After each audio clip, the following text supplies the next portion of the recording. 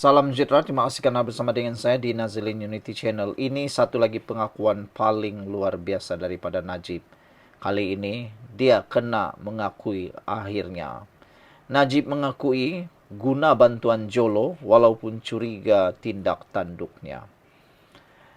Ramai netizen kata dulu Najib cakap lain, sekarang cakap lain. Mahkamah punya cerita. Najib mengakui dia guna bantuan Jolo walaupun curiga tindak tanduknya. Ada netizen yang kesianlah dengan Najib. Kata mereka, kesiannya Najib kalaulah dia tahu dulu dan kalaulah dia bertindak cepat dan segera. Dia sudah mula curiga, tidak ikut hati, ikut kepintaran dan ikut akal. Pasti dia tidak akan mengalami masalah. Tapi bila dia sudah terlanjur, walaupun curiga, diteruskan juga, maka itulah masalahnya. Dan mungkin juga kata netizen, kalaulah Najib ini suka bertanya dan ikut mungkin nasihat orang yang tepat, mungkin Najib tidak akan terjerumus daripada masalah besar ini. Sekarang Jolo tak jumpa lagi. Sekarang Jolo belum ditangkap lagi. Yang meringkuk adalah Najib. Yang meringkuk di penjara Najib sendiri. Kalaulah Najib tidak terjerumus, tidak terpengaruh dengan apa yang Jolo buat, pasti dia tidak masalah. Tapi itulah kesilapan Najib. Walaupun sudah curiga dengan tindak tanduknya, dia juga mengakui guna bantuan Jolo. Datuk Seri Najib Razak mengakui di Mahkamah Tinggi di Putrajaya hari ini bahawa beliau tetap menggunakan bantuan ahli perniagaan dalam buruan Jo Leak Tujo dalam usaha mengukuhkan hubungan dengan Arab Saudi walaupun mempunyai perasaan curiga dan tidak selesa terhadap lelaki itu. Bekas Perdana Menteri itu turut mengakui pernah mendapat peringatan daripada pengerusi kumpulan The Edge Media, Tan Sri Tong Koi Ong, yang memaklumkan kepadanya bahawa Jolo atau nama sebenarnya Low Tiok Jo telah menyeleweng dana 1MDB.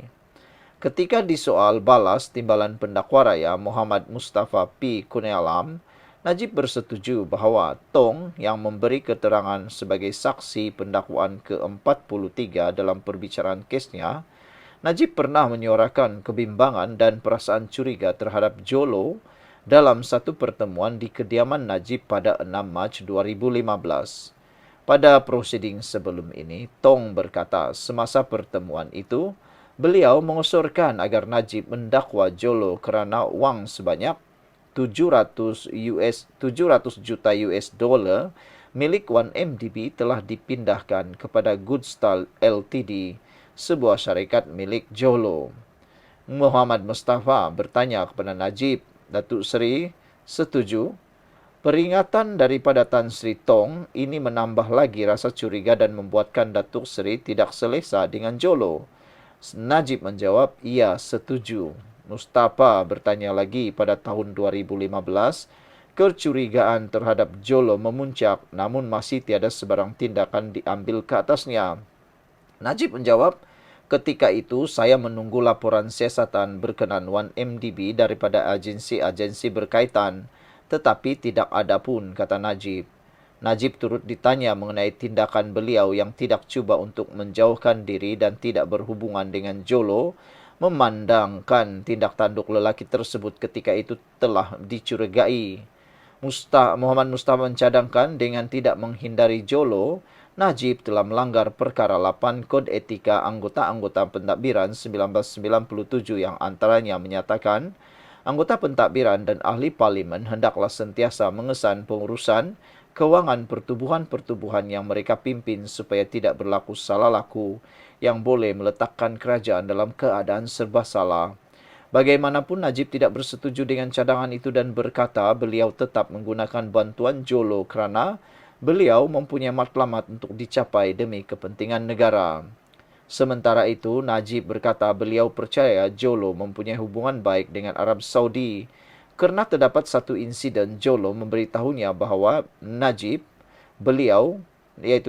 kemungkinan akan menerima darjat tertinggi daripada almarhum Raja Abdullah selepas lawatan rasmi selama 4 hari pada tahun 2010. Muhammad Mustafa berkata hal ini menunjukkan Najib bergantung kepada maklumat yang disampaikan oleh lelaki itu. Najib menjelaskan Jolo tidak berperanan dalam penganugerahan itu tetapi mendapat maklumat daripada anak Raja Abdullah yang dikenali sebagai putra Turki. Saya ada dengar saya akan menerima anugerah itu tetapi saya tak dapat pengesahan daripada duta kita di sana, Arab Saudi.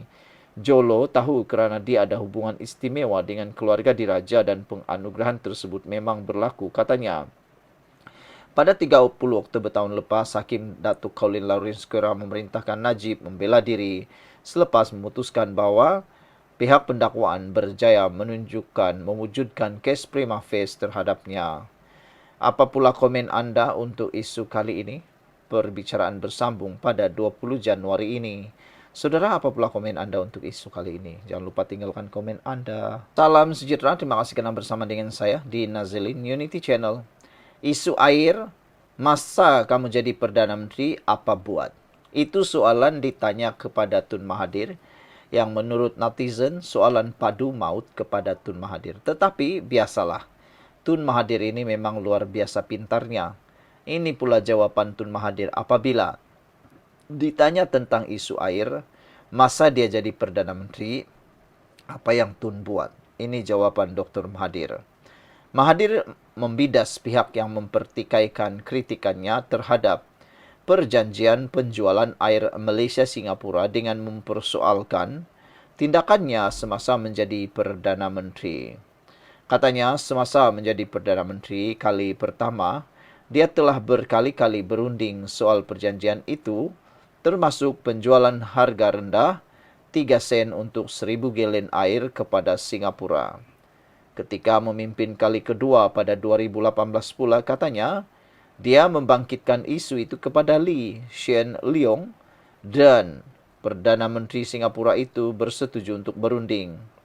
Malah dia juga berkata sebelum meletakkan jawatan pada tahun 2003, kerajaan memperuntukkan pembangunan loji penapisan air supaya Johor tidak perlu lagi membeli air terawat dari Singapura. Jika ini dibangun, soal kenaikan harga air tapis dari Singapura tidak timbul, kata Mahathir lagi. Saya tidak tahu kenapa loji ini tidak didiri. Selepas saya letak jawatan, projek jambatan Bangkok dan landasan kembar kereta api juga digugur, kata beliau. Timbalan Perdana Menteri Fadila Yusof semalam mendedahkan bahawa kerajaan sedang meneliti semula semua perjanjian penjualan air mentah kepada Singapura. Menjawab dakwaan Mahathir, bahasa kerajaan memberi subsidi kepada Singapura, dia mempersoalkan kembali apa tindakan Mahathir ketika menjadi Perdana Menteri. Sementara itu, dalam kenyataan hari ini Mahathir berkata, tidak ada sebab kenapa loji tapis itu tidak boleh didirikan sekarang. Tetapi yang ditanya oleh netizen ialah, kenapa baru sekarang Mahathir ingin beria-ia sangat mengarah pula membina loji tapisan itu? Kenapa ketika beliau menjadi Perdana Menteri tidaklah beliau beria-ia sangat membina loji tapisan itu, kata netizen. Jika itu dilakukan, kata Mahathir, katanya ancaman Singapura menaikkan harga air tapis bukan satu masalah. Tetapi hakikatnya kerajaan sekarang tidak lagi cuba tangani beberapa masalah yang ada dengan Singapura, termasuk masalah ruang udara Malaysia, Jabatan Bangkok dan Central Provident Fund Singapura, kata Mahathir. Tetapi netizen menemplak dan mempersoalkan Mahathir semula. Mahathir lupa dia 2 kali jadi Perdana Menteri. Bukan sekali, tapi 2 kali. Kalau betul dia mahukan, sudah boleh dia dirikan tapis, kawasan tapis itu. Sebaliknya, perjanjian baru dibuat yang lebih menguntungkan Singapura, kata Mahathir lagi. Inilah sikap Mahathir yang orang selalu persoalkan. Bila salah, salah orang. Bila betul-betul dia. Mahathir tak pernah mencari kesilapan diri sendiri. Sebelum ini dilaporkan, Singapura setuju menaikkan bayaran kepada 45 sen bagi setiap 1,000 galen hingga 2011 dan 60 sen mulai 2011 hingga 2061 selama 100 tahun. Bagaimanapun, Malaysia mahu Singapura membayar 60 sen bermula 2001 hingga 2007 dan RM3 hingga dan RM3 hingga 2011 tuntutan itu ditolak Singapura. Beberapa komen daripada netizen berkait isu ini ialah netizen kata, atuk-atuk, sudahlah. General 15 ataupun pilihan raya ke-15 dahulu kalah hilang si deposit, sudah-sudahlah itu. Masa sebelum tun, 1 Singapura dolar sama dengan 1 ringgit. Sekarang, sudah atuk, anak sudah berbilion, rehatlah, kata The Shid. Jimmy Page kata Singapura ni macam Israel, kecil tetapi kuat dan berani. Isu air ni kita kena potong je air untuk mereka dan tengok dia berani tak serang kita, kata Jimmy Page. Sekian dulu untuk kali ini. Jangan lupa tinggalkan komen Anda. Salam sejahtera. Terima kasih kerana bersama dengan saya di Nazilin Unity Channel. Kemarin ada seorang ustaz telah pun daripada PAS telah pun mencadangkan bahawa Hadi Awang boleh akan jadi Perdana Menteri, layak jadi Perdana Menteri. Sebelum kita teruskan apa komen dan ulasan hari ini dalam laporan berita, jangan lupa tinggalkan komen Anda pula. Apakah Anda rasa Hadi Awang memang sangat layak menjadi Perdana Menteri dengan pencapaian dan juga dengan rekod kerja beliau sebagai duta yang bertaraf menteri? Adakah dia layak jadi Perdana Menteri? Mampukah Hadi memimpin negara ini dengan kepelbagaian masyarakat, agama, bangsa dan seterusnya? Adakah Hadi dapat memimpin negara ini dengan pelbagai karenah-karenahnya dengan usia yang sudah boleh kata dah veteran, dah lanjut dan dengan kesihatan yang kurang memberangsangkan? Hari ini Puad kata, kalau kerajaan Islam pun Hadi tak layak jadi Perdana Menteri. Itu komen dari Puad Zarkasi. Bagaimana pula dengan Anda? Presiden PAS, Abdul Hadi Awang, tidak layak menjadi Perdana Menteri sekalipun jika rakyat mahukan kerajaan Islam, kata ahli Majlis Kerajaan Tertinggi MKT UMNO, Muhammad Puad Zarkasi. Jelasnya ini kerana Presiden PAS itu sering mengeluarkan fatwa yang sentiasa berubah yang akan memberi kesan kepada kerajaan jika dia menerajui negara. Inilah masalah PAS. Pendirian selalu berubah-ubah. Ahli Jawatan Kuasa Dewan Ulama PAS, Ustaz Mokhtar Sinik lupa. Haji Hadi sendiri kata amalan umum awal jawatan Perdana Menteri tidak ikut adab Rasulullah. Sekarang boleh umum pula, katanya. Inilah masalah daripada PAS. Lupa. Dulu cakap lain-lain, siang cakap lain-lain, malam pula cakap lain-lain.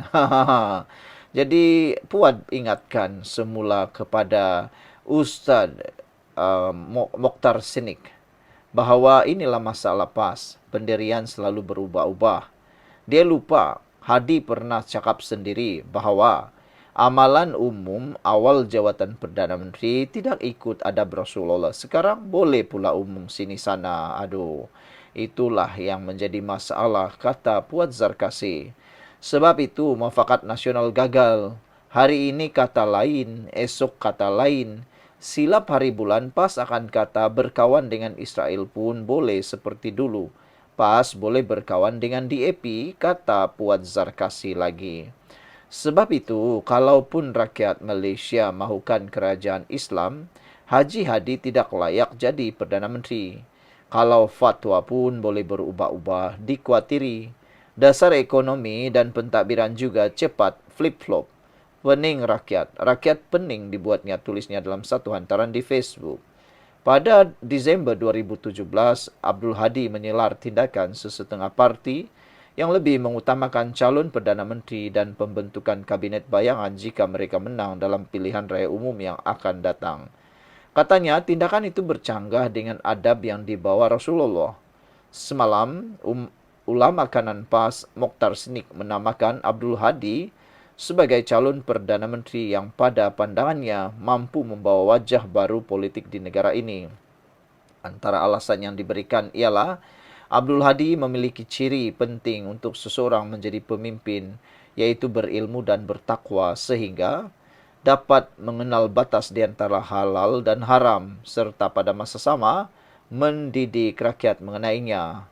Hari ini Mokhtar menjelaskan apa yang terkandung dalam pemikirannya. Kata Mokhtar, dia menamakan Presiden PAS itu sebagai cadangan jika orang ramai mahukan sebuah kerajaan Islam dan negara Islam yang tertegak di Malaysia. Ada satu hal yang mereka gagal faham mengenai status di media sosial semalam itu, kata beliau. Maksud saya, Tuan Guru Tuan Hadi paling layak itu jadi mahukan sebuah kerajaan Islam dan negara Islam. Tapi kalau mahukan sebuah negara sekuler, liberal yang macam ada sekarang, memanglah Tuan Guru Hadi Awang tak layak, kata beliau lagi. Itu pendirian dan penerangan penjelasan daripada Mokhtar Snik. Sekian dulu untuk kali ini. Jangan lupa tinggalkan komen Anda. Salam sejahtera. Terima kasih karena bersama dengan saya di Nazilin Unity Channel. Habislah parti bersatu kali ini. Dua lagi exco pemuda bersatu akhirnya lepas jawatan. Ini pastinya satu berita paling buruk untuk Parti Bersatu dan mula kelihatan sudah tidak bermaya dan berdaya lagi. Dan yang lebih teruk lagi ialah sampai bilakah PAS akan dapat menghormati Bersatu lagi? Ataukah PAS sudah mula melihat bahwa sudah tiba masanya PAS meninggalkan Parti Bersatu? Karena Parti Bersatu dilihat sudah tidak mampu dan bermaya lagi. Hari ini disahkan dua lagi exco pemuda bersatu meletakkan jawatan lepas jawatan. Pemuda bersatu terus bergolak apabila dua lagi exco-nya bertindak melepaskan jawatan yang dipegang dalam biro sayap parti itu. Pasangan itu, yaitu Abdul Aziz Rishad Khan dan Afrizan Jamil membuat keputusan meletak jawatan sebagai ahli jawatan kuasa Biro Pengurusan Pemuda Bersatu. Bagaimanapun menurut laporan portal Free Malaysia Today, mereka masih memegang jawatan exco tetapi tanpa memegang sebarang portfolio. Kedua-dua mereka dilantik ke biro itu oleh Ketua Pemuda Bersatu Hilman Idham pada 29 November tahun lepas. Pada 9 Januari lalu, Mayor Nakyuddin Samsudin juga melepaskan jawatannya sebagai Ketua Biro Profesional dan Sukarelawan Pemuda parti itu berkuat kuasa 5 Januari. Mayor berkata peletakan jawatannya itu dibuat atas sebab perbezaan pendirian dengan kepimpinan Hilman yang dilihat luar daripada kebiasaan dan tidak menggambarkan amalan pentadbiran yang baik. Bagaimanapun Hilman dalam kenyataan balasnya menafikan dakwaan wujudnya salah faham antara kepimpinan sayap parti itu dengannya. Sebaliknya, dia mendakwa peletakan jawatan Mayor Nakyuddin dibuat kerana bermasalah dalam menguruskan organisasi. Kata Hilman, ini selepas Mayor Nakyuddin gagal menyerahkan segala dokumen berkaitan pentadbiran dan pengurusan kepimpinan terdahulu sayap parti itu kepada kepimpinan baru yang dilantik pada pemilihan Perhimpunan Agung Pemuda Bersatu yang lalu. Sementara itu, Aziz dan Afrizan yang berasal dari Sabah dipetik sebagai berkata, walaupun Pemuda Bersatu mempunyai 3 exco yang dipilih dari Sabah, namun peranan biro yang diberikan kepada mereka tidak signifikan. Menempatkan kami bertiga dalam biro pengurusan tanpa peranan khusus adalah tidak wajar. Bagaimanapun tanpa portfolio, ia akan memberi kami lebih banyak ruang untuk berkhidmat dengan lebih baik dan menumpukan tenaga untuk memperkukuh parti di Sabah bagi menghadapi pilihan raya negeri akan datang dan pilihan raya umum ke-16, katanya dalam satu kenyataan secara bersama. Pada 29 Oktober tahun lalu, Hilman yang juga Adun Gombak Setia diumumkan sebagai Ketua Armada Bersatu bagi penggal 2024-2027. Dia memperoleh 1,888 undi, mengatasi pencabarnya Akmal Zainal Zahir dengan perbezaan hanya 170 undi. Saudara-saudara sekalian, apa pula pendapat dan komen Anda untuk isu kali ini? Adakah ini adalah petanda-petanda awal bahawa akan adanya rombakan besar-besaran dalam Parti Bersatu? Kita jumpa lagi. Sila tinggalkan komen Anda, tekan butang subscribe